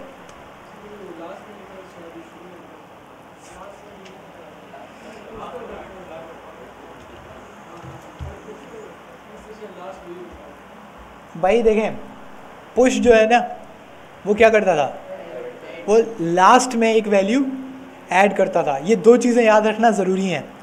सबसे पहले कि वो लास्ट में ऐड करता था, सही है। पुश सबसे पॉपुलर है, सबसे ज़्यादा यूज़ होने वाला अगर कोई एरे में फंक्शन है तो वो कौन सा है? पुश। आप भी ज़िंदगी में जो सबसे ज़्यादा यूज़ करोगे वो क्या होगा? पुश। आप बाकी सारी चीज़ें नॉर्मली भूल जाओगे। जब आप रिएक्ट पे पहुंचोगे तो फिर आप मैप ज़्यादा इस्तेमाल करोगे, फिर आपके पास वो पुश और मैप दो चीज़ें हो जाएंगी जो आप एरे में ज़्यादा इस्तेमाल कर रहे हो। फिर मैं कभी कभी पुश की जगह मैं अपेंड लिखूँगा, फिर आप मुझे बताओगे कि अपेंड नहीं होता, पुश होता है, सही है। ये जो मैंने बोला है इसका आपकी ज़रूरत पड़ेगी।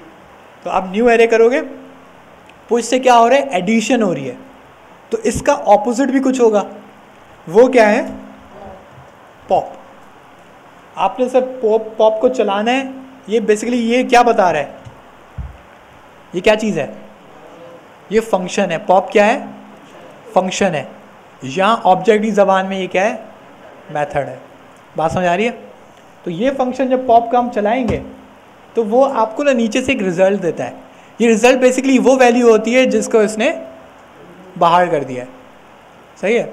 इसका पत्ता कट गया लाहौर का, सही है। तो लाहौर बाहर, तो पीछे कौन बचा? आखिरी वैल्यू कराची है, सही है। तो इस तरीके से आप इसको एडिशन भी करा सकते हैं, इस तरीके से आप इसकी सब्ट्रैक्शन भी करा सकते हैं। क्या? Index number? यार आई थिंक नहीं,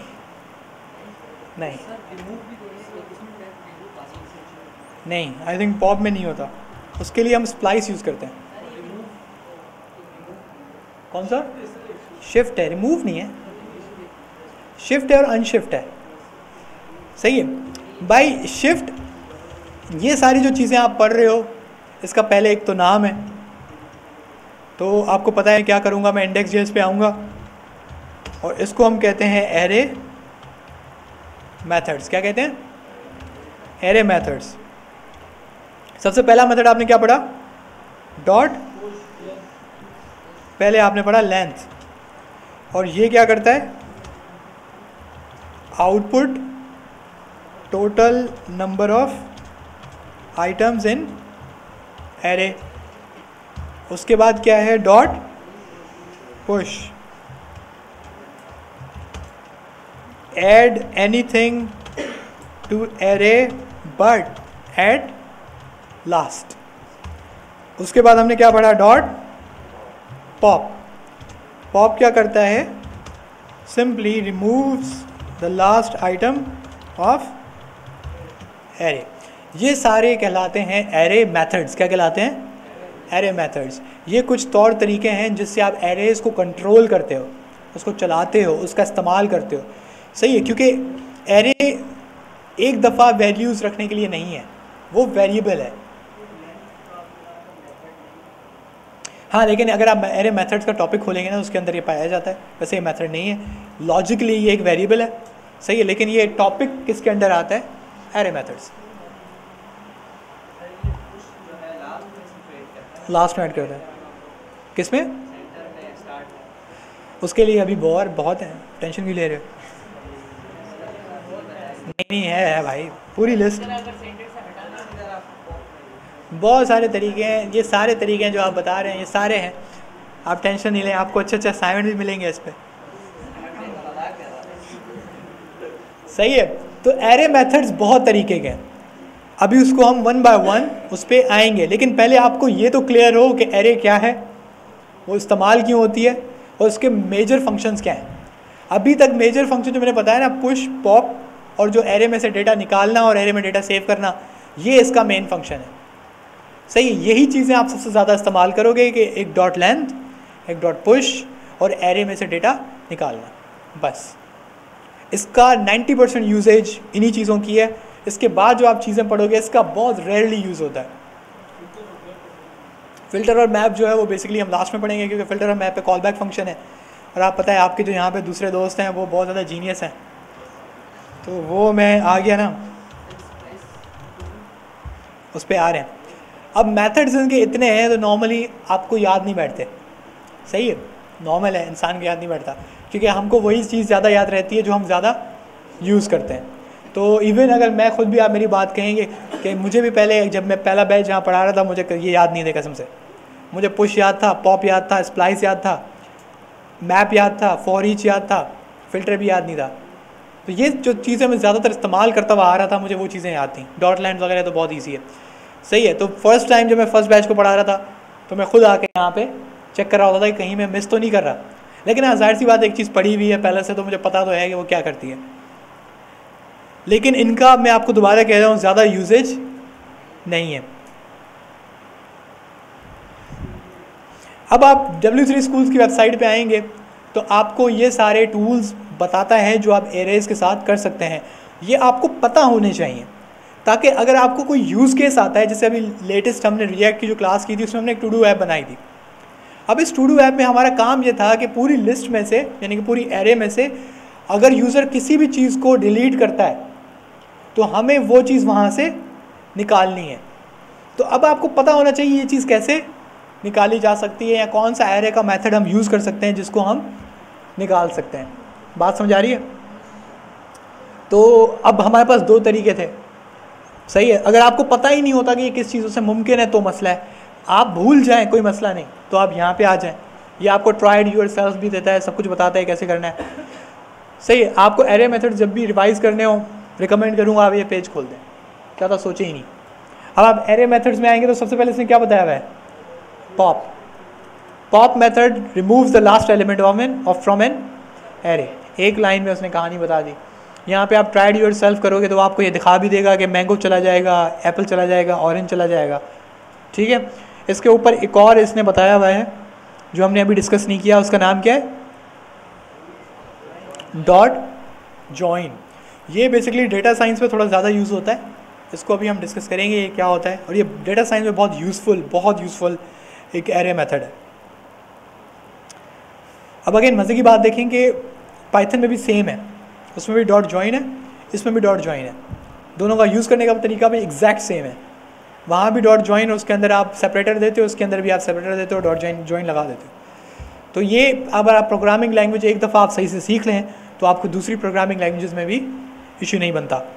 अब पॉप के बाद कौन सा आया, पुश अभी आपने यूज़ किया है। अभी यहाँ पे देखें एग्जांपल उसने क्या दिया हुआ है कि the push method adds a new element to an array at the end. एक लाइन में उसने बता दिया कि ये वाला काम, वो ये वाला जो मेथड है वो क्या करेगा। इसी में ही वो आपको बता रहा है कि उसने एक एरे बनाई हुई है, उसमें वो क्या ऐड करा रहा है, कीवी। अब आप इसको एक दफ़ा चलाएंगे वो इस फ्रूट्स वाली एरे में कीवी ऐड हो जाएगा, सिंपल। उसके बाद वो क्या बता रहा है, shift method removes the first array element. अब पॉप लास्ट वाला रिमूव करता था, शिफ्ट फर्स्ट वाला रिमूव करता है, यानी कि ये बेसिकली पॉप से रिलेटेड ही मेथड है। पॉप लास्ट में, शिफ्ट पहले। उसके बाद एक आता है अनशिफ्ट। जिस तरीके से पॉप के लिए शिफ्ट है, पुश के लिए अनशिफ्ट है। क्यों? क्योंकि adds a new element to an array. ये किसकी प्रॉपर्टी है, पुश की। पुश एक न्यू एलिमेंट एरे ऐड करता है, लेकिन ये कहाँ पे करेगा, बिगनिंग में करेगा, सही है।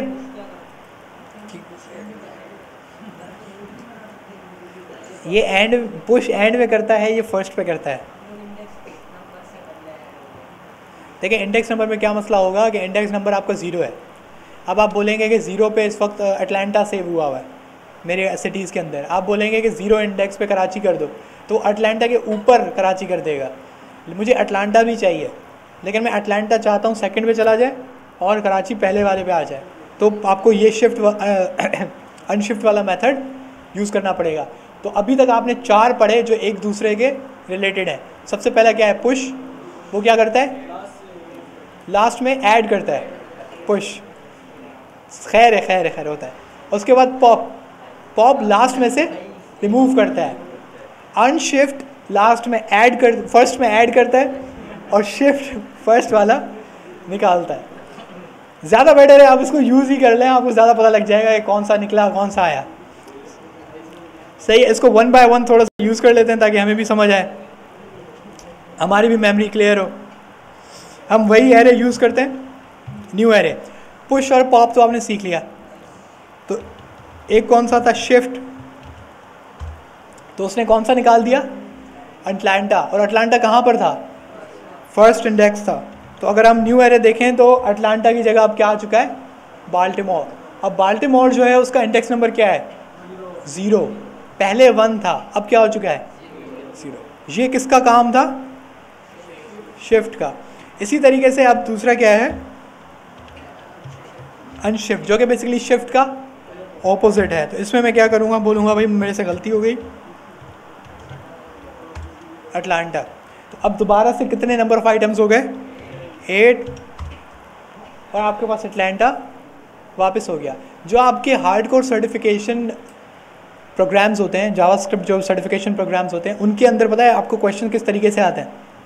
आपसे सवाल पूछता है कि जब मैं अनशिफ्ट चलाऊंगा, सही है, जब मैं अनशिफ्ट चलाऊंगा तो उसका रिस्पॉन्स क्या आएगा। इस तरह के क्वेश्चन सर्टिफिकेशंस पे पूछे जाते हैं। इंटरव्यूज में भी कुछ पागल होते हैं, पूछ लेते हैं। आपको सवाल समझ आया कि मैं अनशिफ्ट चलाऊंगा तो मेरा रिस्पॉन्स क्या आएगा। आप बोलोगे कि भाईजान अनशिफ्ट आप चलाओगे ना तो जो पहले वाला एलिमेंट पे ये ऐड कर देगा, वो बोलेगा नहीं ये मैंने नहीं पूछा। वो पूछ रहा है कि जब मैं अनशिफ्ट चलाऊंगा तो कंसोल में क्या प्रिंट होगा, इंडेक्स नंबर। तो इसका सिंपल सा एक रूल है, जावास्क्रिप्ट का सिंपल सा एक रूल है कि जब कोई एरे में चीज़ एडिशन होती है तो उसका रिस्पॉन्स इंडेक्स नंबर आता है, यानी कि लेंथ आती है, सही है। और कोई चीज़ डिलीट होती है ना तो वो आइटम शो होता है। क्या लेंथ आती है, लेंथ लेंथ लेंथ, मैंने क्या इंडेक्स बोला, sorry, length length, total number of items, total number of items आपको शो करता है। अगर आप क्या करो, एडिशन करो, जब आप एडिशन करो तो वो आपको क्या रिटर्न करेगा, टोटल नंबर ऑफ आइटम्स।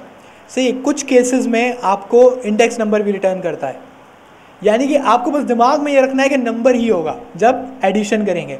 और जब सब्ट्रैक्शन करेंगे, मतलब रिमूव करेंगे, डिलीट करेंगे, तो वो क्या भेजता है, वो वैल्यू खुद भेजता है जो चीज़ डिलीट हुई है।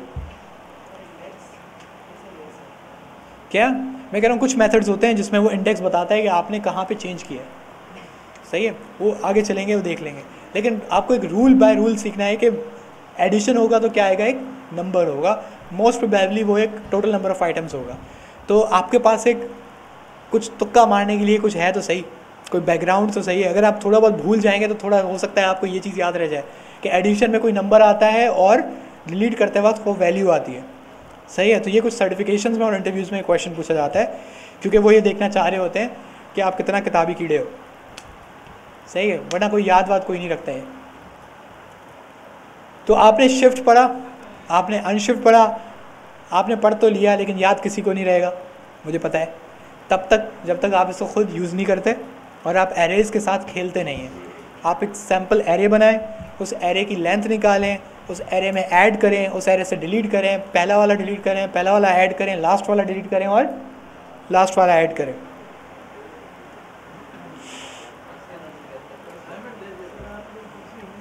नहीं नहीं है, असाइनमेंट का मज़ा नहीं है।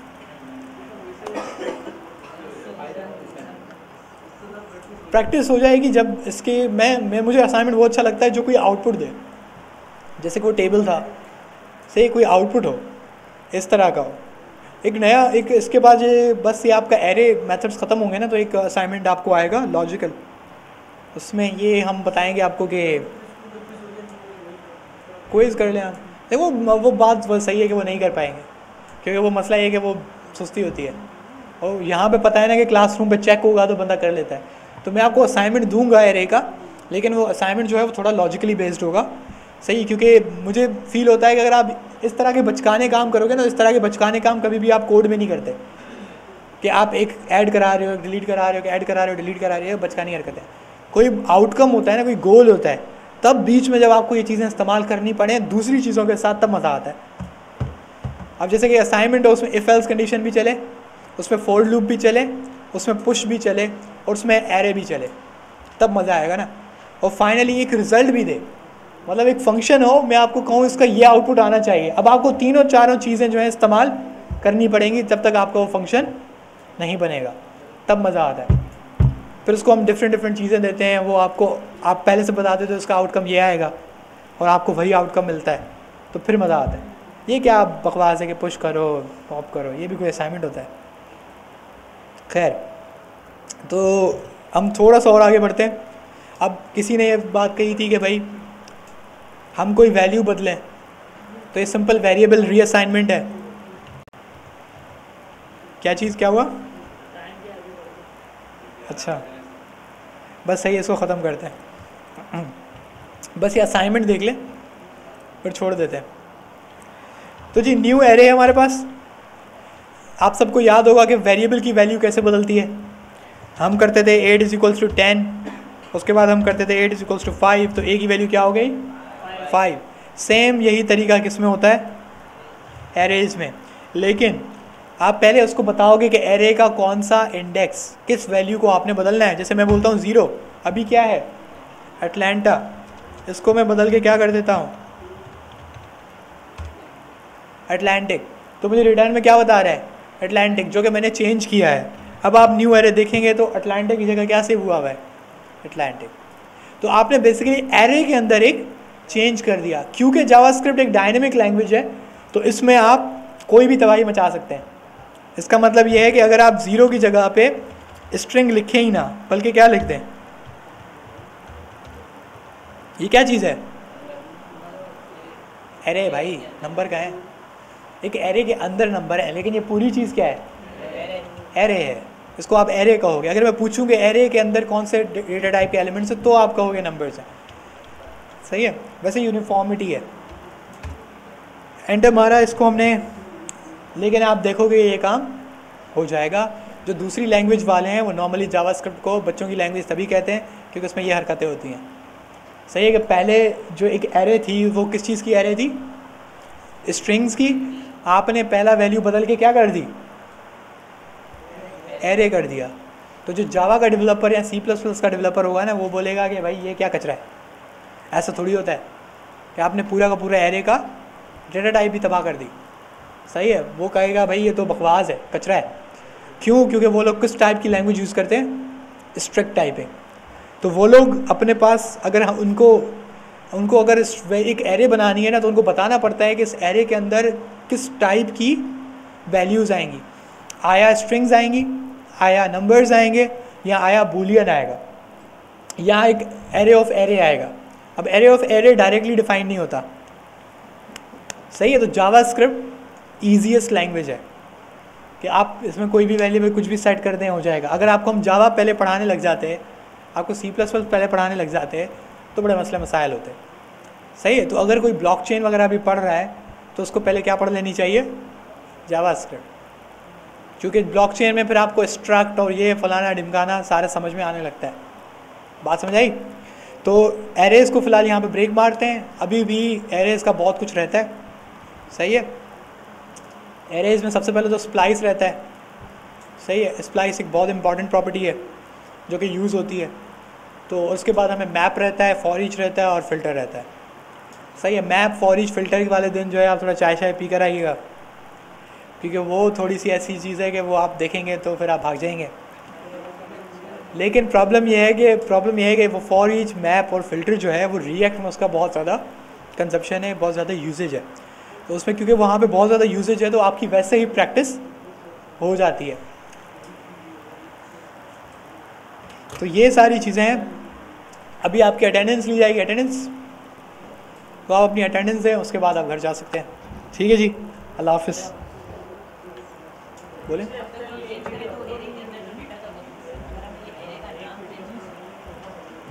नाम चेंज करना। तो आप इसको कॉपी कर देते कोई गलत तरीका है। राहील आए, राहील।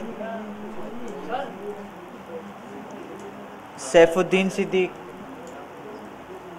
अहमद अली, मोहम्मद असलम, हसनैन रज़ा, अहमद रज़ा, अहमद रज़ा, एजाज हुसैन नहीं आए, साकिब अहमद, मोहम्मद ज़ुहैब, ज़ुहैब नहीं आए, इदरीस अहमद, फैसल फजलुर रहमान, अबू बकर शफीक, अवैस तारिक, अब्दुर्रहमान, शाज़ेब अली, बिलाल अहमद, एहतिशाम मुनीर, एहतिशाम आए, सैयद मुश्तबा, मोहम्मद अहमर, अहमर आए, अहमर, समीर यासीन, अली रज़ा, समीर फ़ारूक, सैयद जवाद अली निकल गए, शुएब शमशाद, मोहम्मद अली पीरज़ादा, हमज़ा गफ़ूर, मिर्ज़ा अब्दुल्ला बेग, और किस किस का नाम नहीं आया, और किसका, फरहान इकबाल,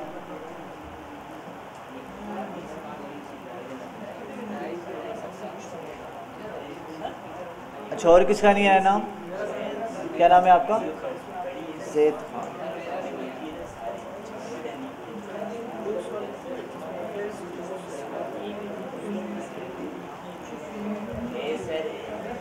अच्छा, और किसका नहीं आया, सर आपने कहा था कि अगली क्लास में मैं वो नेस्टेड डिटेल से पढ़ाऊंगा, लेकिन आज आप कौन सा वाला इसका वाइल लूप्स वगैरह ये आपने नहीं पढ़ा। यार